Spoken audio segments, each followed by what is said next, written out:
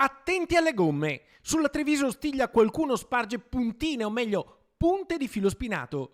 Il messaggio di pericolo si diffonde in fretta sui social. Un cittadino mette in guardia gli altri ciclisti.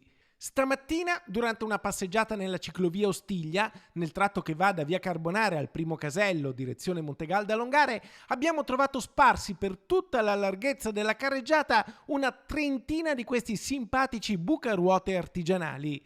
Fate attenzione, l'autore invece si commenta da solo. Immediatamente anche il sindaco di Montegalda si attiva. Andrea Nardin, che è anche presidente della provincia di Vicenza, condanna quello che è successo e attiva la polizia locale. Un pericolo per i pedoni che attraversano in tantissimi questo tratto di arteria importante, ma anche per le bici. Quindi mi auguro che la polizia locale, che sta indagando su chi ha compiuto questo atto, riesca in breve a individuare i responsabili. Questa ciclabile è stata ricavata sull'ex ferrovia militare Treviso-Stiglia. Via i binari è stata creata una lunga striscia d'asfalto che a lavori finiti sarà lunga 118 km. Attraversa 2 regioni, Veneto e Lombardia, e 4 province, Treviso, Vicenza, Verona e Mantova. L'8 agosto si è arricchita di altri 29 km lungo la direttrice che tocca Montegaldella, Castignero, Nanto, Barbarano Mossano, Villaga, Sossano, Orgiano e nel veronese Cologna Veneta.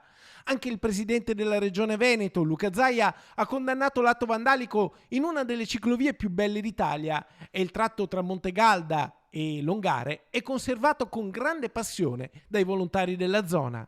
Quel tratto di Treviso Stiglia è tra i meglio tenuti proprio grazie al spirito di volontariato, all'attenzione che questi cittadini di Montegalda, cittadini vicentini, mettono nel tenere quello che è il loro giardino o comunque un tratto di strada che attraversa le loro case. Oggi la pista ciclabile congiunge Treviso a Cologna Veneta, 89 km percorribili sui 118 previsti, un percorso turistico che recupera anche i vecchi caselli come punti di ristoro, officine, alloggi, punti di noleggio.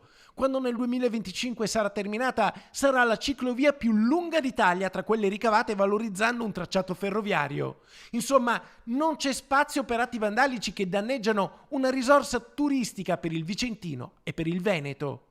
E che questi atti non si ripetano più in un tratto così bello di pista ciclabile che è la Treviso Stiglia.